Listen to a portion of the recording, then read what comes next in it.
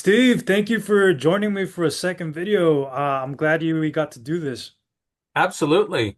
I really wanted to expand our conversation into the work that you did on How I Met Your Mother.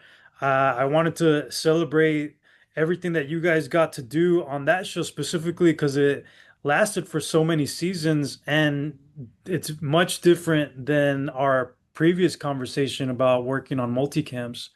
So, can you give us a quick example of how a multicam and a single cam are different? Well, I will tell you that How I Met Your Mother actually was shot with multiple cameras, but it was not shot with an audience. Oh, So what that does is and it was also not shot in one day. There was not like a show night. yeah, It was shot over 3 days. And so it's a it's what they called a hybrid. We did a lot of sort of single camera feel to it and the single camera lighting look to it yes, as much as we could. And they also didn't have, because we didn't have the live studio audience, it didn't have the super loud laugh track that you yeah, sometimes get with a live audience. Sometimes the laughs are too much. Um, and so it was a much more controlled world, but at the same time, by removing the audience from a stage, it opens up basically almost half the stage for more sets.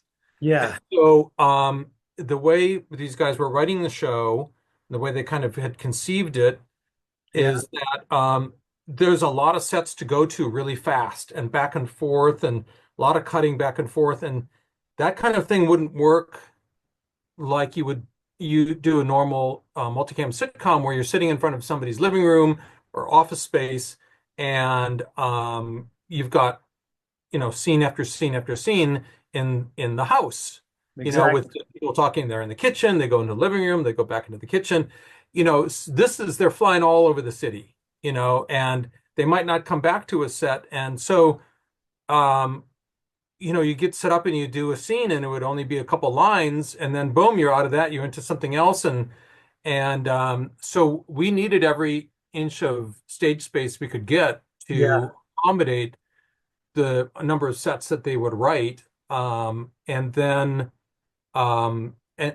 we would have like 6 sets, swing sets, set up on for day one of shooting, and we would shoot like 4 of them, take them down, and on the second day of shooting, maybe we'd go out to the back lot and shoot. We did a lot of shooting on a back lot, which yeah, normally you don't do on a multicam because you're outside. You can't bring an audience outside.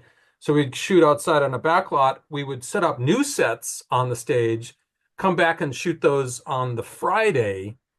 So it was a massive scheduling thing for the ADs to try to figure out how to break this show down to shoot it. It was really big on our department to try to get that many sets drawn up, designed, get them built, painted, right. and ready to either be on stage or ready to come on stage overnight.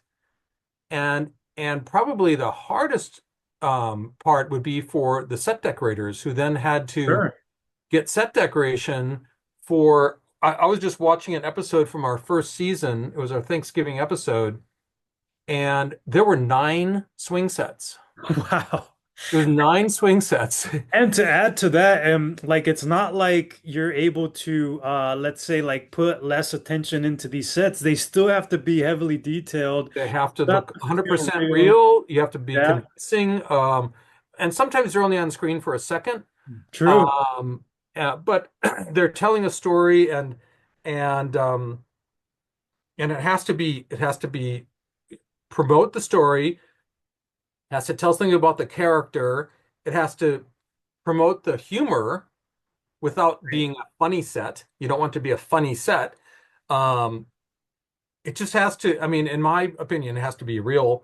But yeah, that one Thanksgiving episode, we had 9 sets that weren't the home base sets. On How I Met Your Mother, our home base sets was Ted Marshall's apartment, a New York apartment Yeah. on the Upper West Side, And the bar that they hung out at, which was at the ground floor, the basement floor of their Right. apartment, there was the bar called McLaren's. And so those sets were always on stage, and we could go to those sets and shoot scenes in those sets when we were getting the other sets ready or as schedule allowed. Um, those were always there. They were always lit, and sometimes they changed a little bit if there was a special prop or piece of set dressing that was different for an episode. But but we did have, 6, 8, 9, 12 sets a week that Right. we would have to get ready, and it's you start to get used to it, which is dangerous because it's kind of insane It to be is. able to have to draw up that many sets.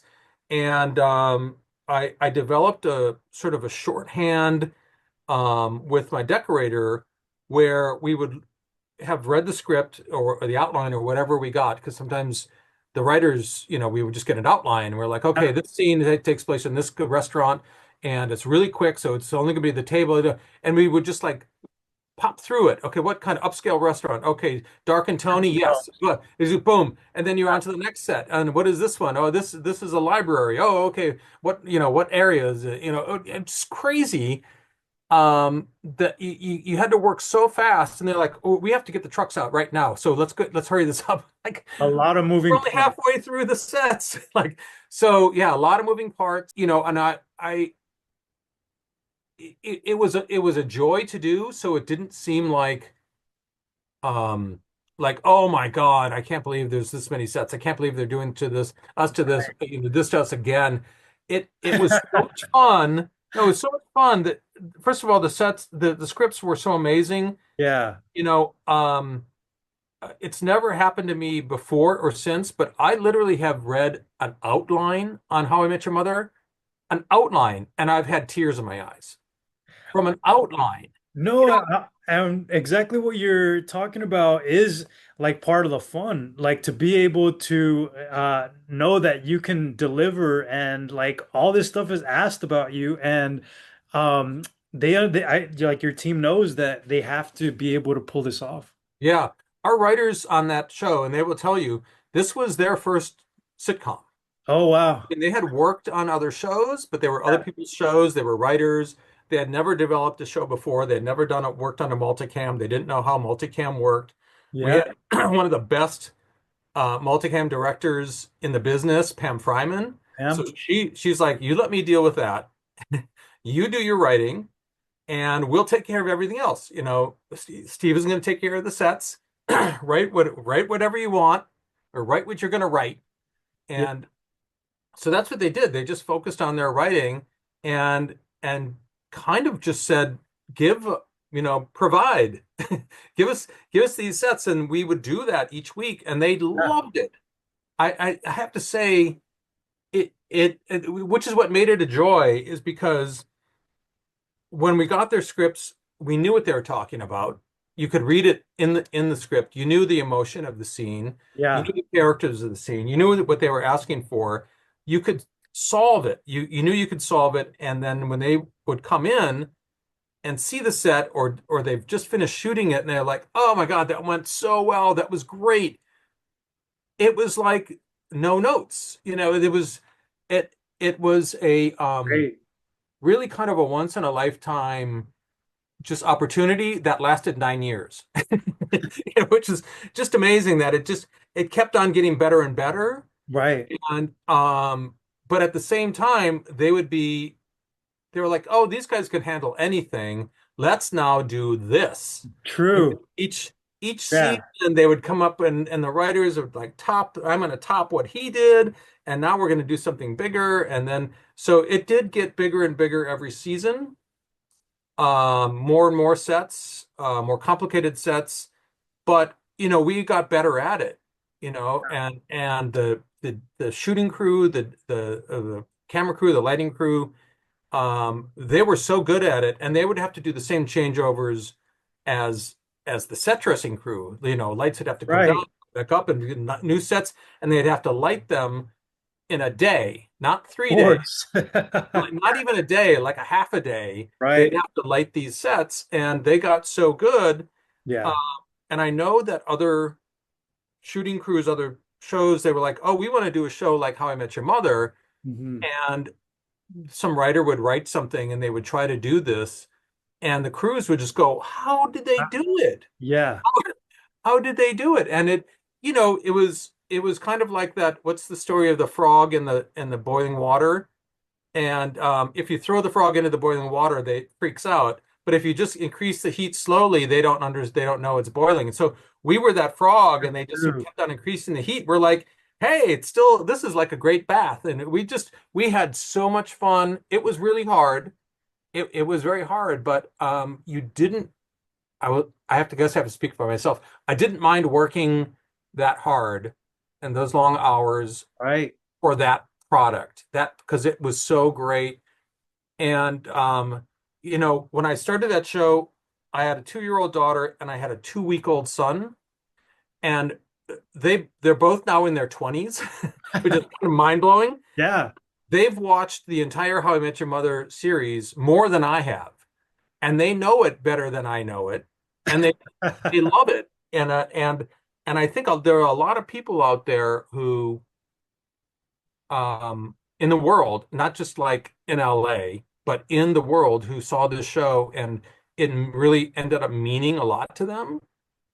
Right. Says a lot Uh, about the show. yeah, it says a lot about the show and just how they wrote humor and heart. Yeah. And that was a really wonderful combination.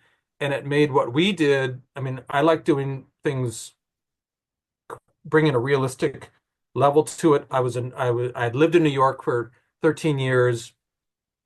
I had lived above the bar that they referenced Oh, that's great. for That's McLaren's. so I funny. like they referenced McGee's, and McGee's had moved Yeah. because I left New York right about the time that our writers got to New York.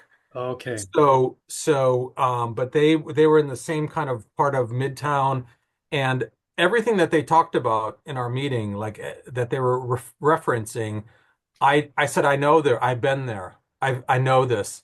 I've That's been to good so feeling. many Upper West Side apartments. Yeah. I've been to Lower East Side dumps. I've been to every part of Manhattan. I've been to Upper East Side fabulous apartments. Anything that you can write, I can I can deliver. And they were like, you're the guy. Okay, Yeah. Well, with that being said, what's one of the sets that's most memorable to you? well, we in the final season, the guys said, "Oh, there's a big wedding Okay. in the final season, and it takes place way out on the end of Long Island in a fictional town they called Farhampton." And Okay. so, and they're at an inn, the Farhampton Inn. So they said the whole wedding is going to take place at the Farhampton Inn. So I need you to create everything about the inn. We need to create Wow. the main lobby entrance area. We Yeah. need the bar area. We need the dining room. We need the patio. We're going to need rooms that everybody's staying in. Everybody's coming to stay there. Going to need the elevator. There's going to be the kitchen. Big Then episode. everything. And then we had to create the train station at Farhampton Okay. where Ted is waiting on the train station, and in the rain, taxi pulls up. This is all on stage. Taxi pulls up to the train station. He gets out. He goes up onto the train station to wait for the train, and there's a person waiting on the train station that he doesn't see. Her head is covered by her umbrella, and it's the mother. How I Met Oh, Your Mother. yeah, yeah, yeah. Spoiler, but anyway, we had to create that train station at the and the whole inn. It was Yeah. massive. It was a massive set, and we had a special meeting over the summer for it because he's like, we're gonna need this like right away when we start the season. You're gonna have to do this over the summer. And at the end of the meeting, the writers left the office, and the producer was just staring at me, just like, "Oh my God, Yeah. what was that?" and then the writers came back and they go, "Oh, we forgot to tell you, the whole weekend of the wedding, it's raining. See ya." Bye. Yeah. Which means that every scene, there has to be rain coming outside the windows, or if they're outside, it has to be raining. And the and then she was just, our producer on that was the producer who did the other shows, Oh, Susie. Susie Greenberg. Yeah, but we just said, okay, Yeah. let's get on it, and we researched it, we designed it and we built it, and those sets we had to have a separate stage for those sets because there's just a lot. Yeah, And, of uh, course. and so, I mean, that was really kind of spectacular for I for bet. a sitcom. Yeah, just to have a whole other world Yeah.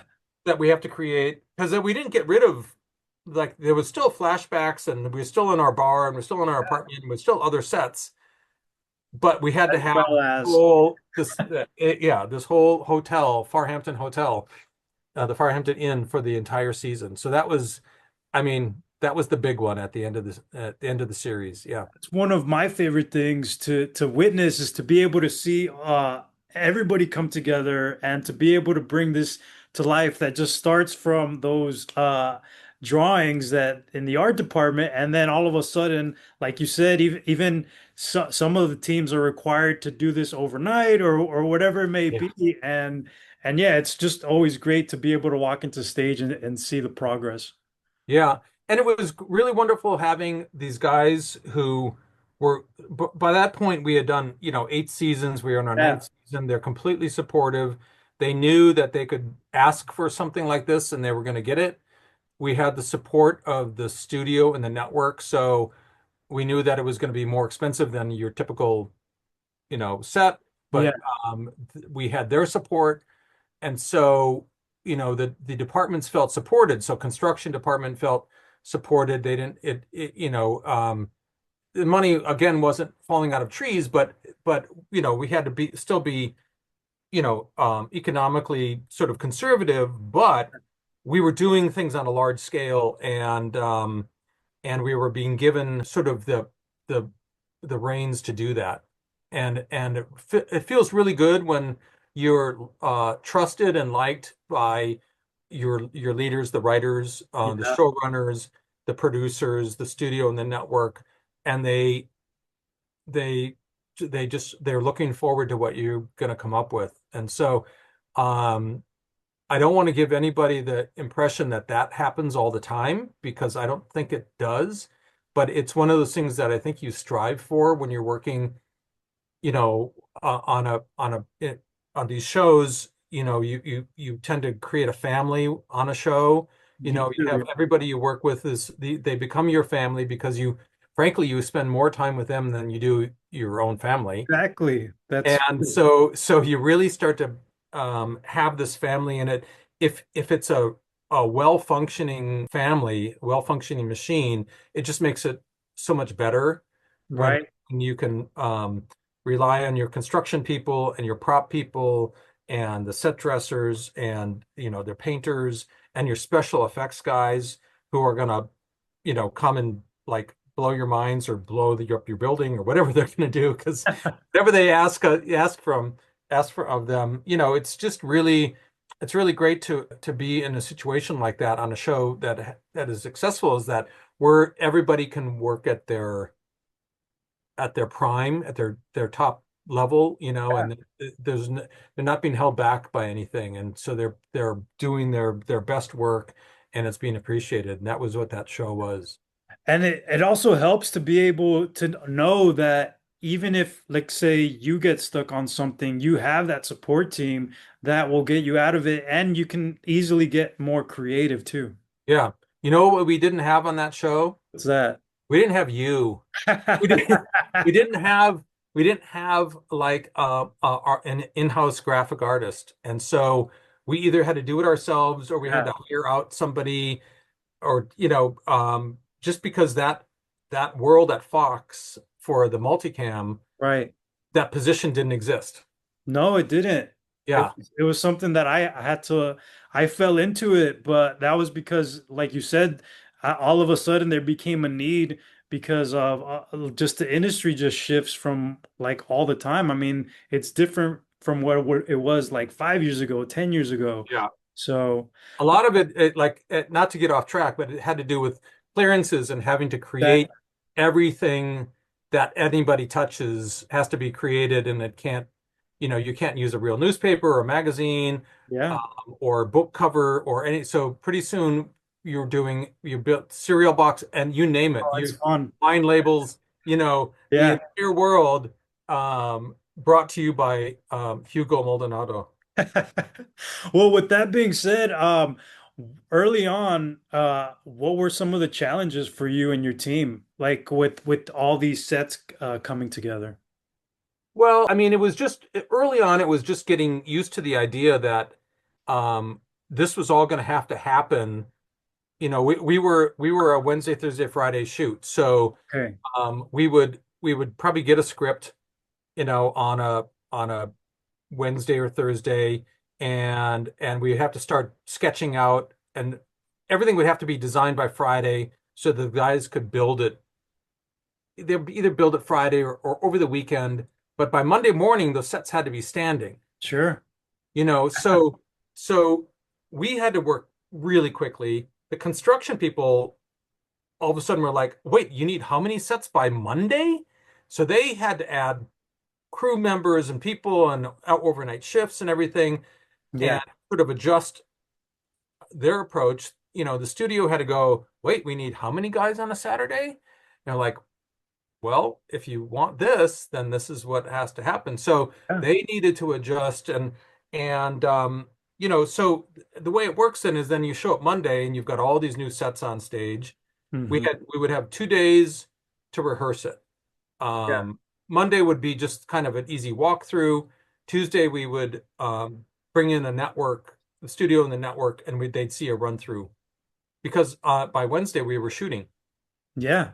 So it was very quick. We would go table read, rehearsal, second rehearsal, run through, and then shoot. But while we're doing all that and getting all these sets dressed and ready and everything, we've gotten another script already for the next week. Yes.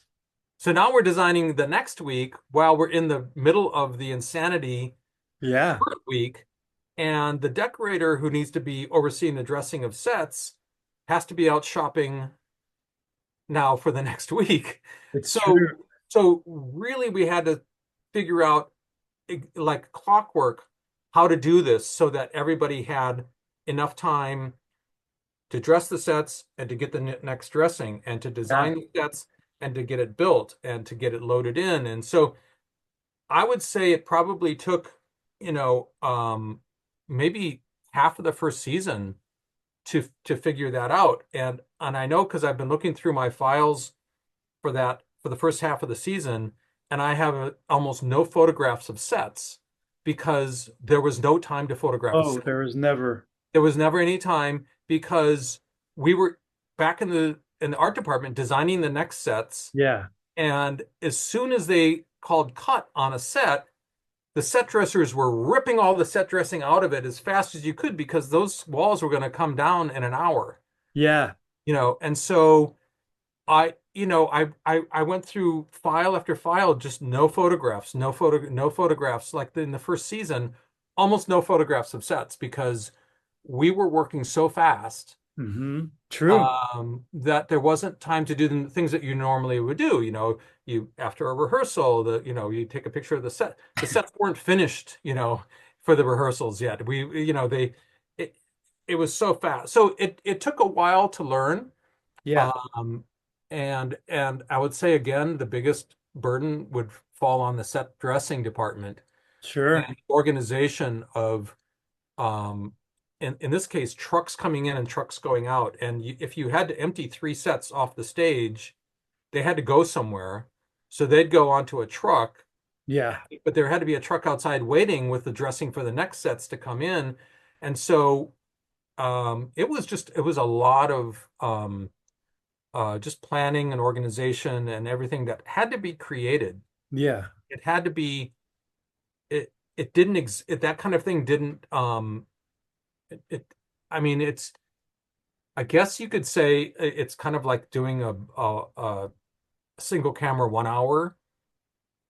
I don't know. I've never done one, so I don't know. But it's just so much work every True. day, every day. Yeah, I mean, I could only speak for my experience on How I Met Your Father, but I do remember all those times that I would have had loved to go see the final product and all the lights up, but there's just no time. We had No already time. notes for the next episode, and then it's always like, well, the deadline is also like in a couple days, so Yeah. you just have to keep going, and like you said, these shows require a lot of your time, so you definitely have to understand that, you're going to be at your desk till it's done. Oh, it's done. Yeah. So I will say again, it was a lot of work, but because it was so kind of rewarding to, Yeah, that's what I was going to say. Was once we started watching the episodes, once they started airing, Yeah, it was just so we were like, oh my God, and even when you could see them shoot it, sometimes you would go, oh, this is special. This is yeah, really special, or you'd read it in the script and you're like, oh, wow, this is not like a normal sitcom, this is something very special. So that was really wonderful. It was a special show from the writing standpoint, how we had to, the hybrid sort of filming, special from that challenge, and then just special because it was 9 years of our lives, with these all the crew and then all the actors, yeah.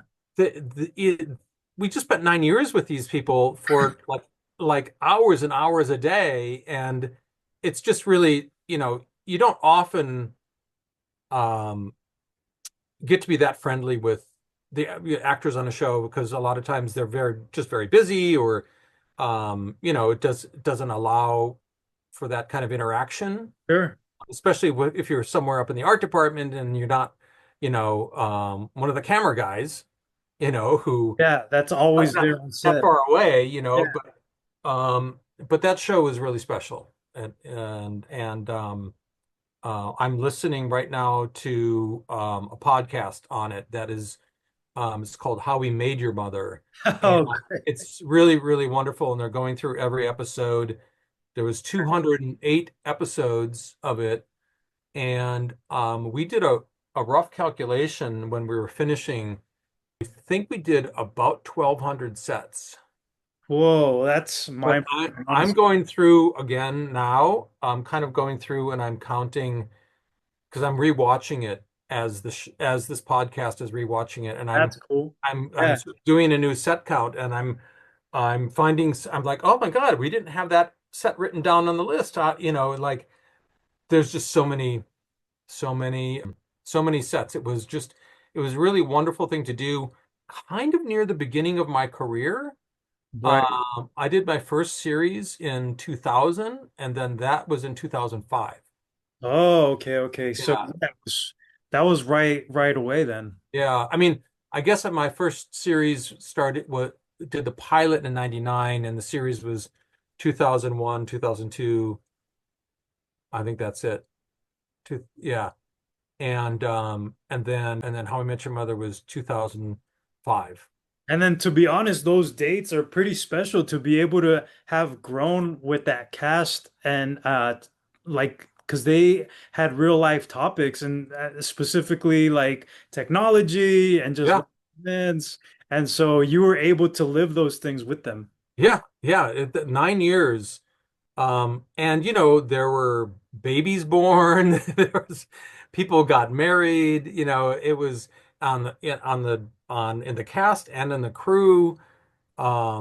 It's yeah, it's really special. I mean, it's special being on a show that I was on for 2 seasons, but to be on a show that went 9 seasons, Oh, no. it's just really kind of a wonderful thing, especially when people are as close as they are, and everybody gave like 100% of their time, and everybody's just, wonderful, nice, and Well, before I run out of time with you, will you be able to tell me how you got started as far as like what made you want to start in working in entertainment? well, sure. I mean, I think a lot of people who are like you or me probably got started because we love to draw, Yeah. as a kid. And I love to draw, and I didn't know what I wanted to do. I went to like a state college and I took art classes, and uh, I thought, okay, well, maybe I'll be an architect. I don't know. And then I took a class in the theater department and just set building Yeah. class. And I recognized a bunch of people that they were from the life drawing class, and they're like, "Oh, you're in the art department," and they're like, "Yeah, well, we're set designers." I'm like, "You're set designers?" And they're like, "Yeah, we're the grad students over in the theater department. We do set design, but we have to take life drawing 6 hours a week." And so I'm like, "Oh, that's cool. That's what I do. I do 6 hours a week of life drawing." There, well, come on over and meet the design professor. Yeah. So I did that. It's probably my sophomore or junior year, and he's like, "Well, do you want to do set design?" And I'm like, "I don't know. Sure." I mean, he goes, "Well, take one of my classes." And I took a class from this guy, and he goes, "Do you want to design a set?" And I'm like, "Yeah." And he goes, "Go out and get the script. It's Sam Shepard's Curse of the Starving Class. Okay. You're designing that main stage this in next fall." Whoa. I'm like, Yeah. "Okay." Yeah. So, Yeah. so that happened, and then I did that, and then he said, "I think you should consider graduate school for set design."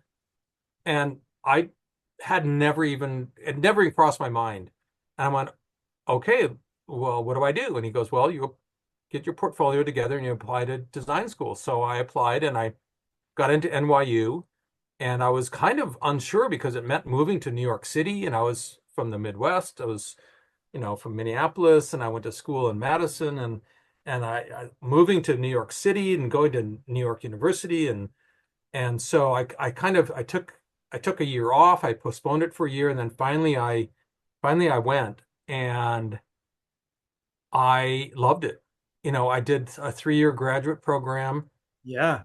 Got out of that. I did fairly well. Got into the union, the set design union in New York. You had Oh, to take the exam in your final year of school so that when you got out of school, you were already in the union. oh, that's great. But Yeah. you had to take an exam. It was a design exam, and you had to design an opera, Oh. a full 4-act opera. And I'd never even seen an opera.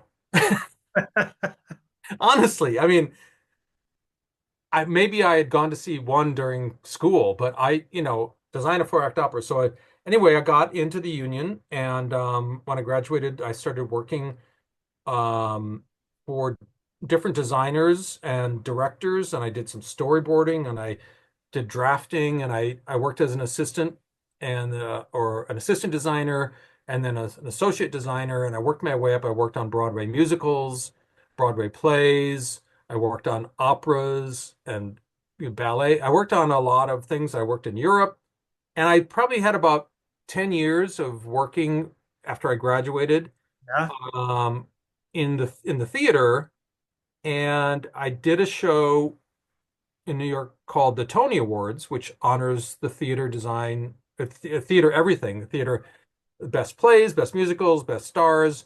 And I was the art director who coordinated all the sets coming into the show. So when they did the live Tony Awards, they had the sets for each show who was doing a number. And I did that for a couple of years. And it was in LA. It was a whole team from LA would come out and do this because they were the live TV people from LA.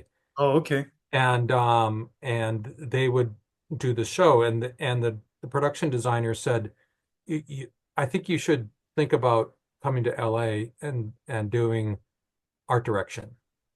I said, "I don't know. I'm a theater guy. I do theater. I don't, you know, I I don't know if I want to do TV." And he goes, And the whole move. "Yeah, the whole move, like move everything from New York, like coast to coast." Yeah. And and he probably said this like 2 or 3 years in a row. I think you should come out. And finally, in '97, I was like, I think you're right. I think I'm going to come out. And so at the end of 97, I just boom moved out to LA and he goes, I trust me, you'll have a job. I'll put you to work right away. Don't worry about that. I That's that, got out to LA and I was the art director on the Oscars. oh, okay, cool. I mean, Yeah. I was, it was- I yeah, know. but I had four years of working with him as the art director on a big live award show. So, and he had done the Oscars 16 times. And so for him, it was nothing. He's Yeah. like, good, you can do it. Don't worry. And so that's how I started. It was like end of 97, 98. And I worked with him. And then about a year and a half in, he said, do you want to do a sitcom pilot? And I went, sure. That That was called Titus. Titus. Titus, and we did the pilot in '99, and I was the art director, his assistant, and we did the pilot, and he said, "Steve, I just want you to know that if this gets picked up, you're going to do it. You're going to do the show because I don't want to. I'm too busy. I've he had Frasier and Murphy Brown and all these other shows, and so he said it'll be yours, and that was the show. It went 2.5 years. It was my first show, and um, I won an Art Directors Guild Award for it. I got nominated for an Emmy for it on the first show, and it was great. And I thought, I I guess I'm a sitcom designer now, Yeah. and and then I just kept at it. Kept meeting people. That's the thing. You can get your first show, but then you have to like continue to meet people Yeah, and of course. grow your world, and because people have to learn who you are and they have to learn to trust you and oh, he can do it. Just because you did one show doesn't mean that you can do every show, So it took a little while to build up um a group of people who kind of knew who I was. Yeah. And then I got brought in to interview for, as I was saying, How I Met Your Mother in 2005. Did we interview in 2004? We might have interviewed in 2004, and the series premiered in 2005. Anyway, I interviewed with them, and they're like, "You're clearly the guy who's going to do this show." Because of all my time in New York, they felt immediately, Yeah, perfect fit. yeah.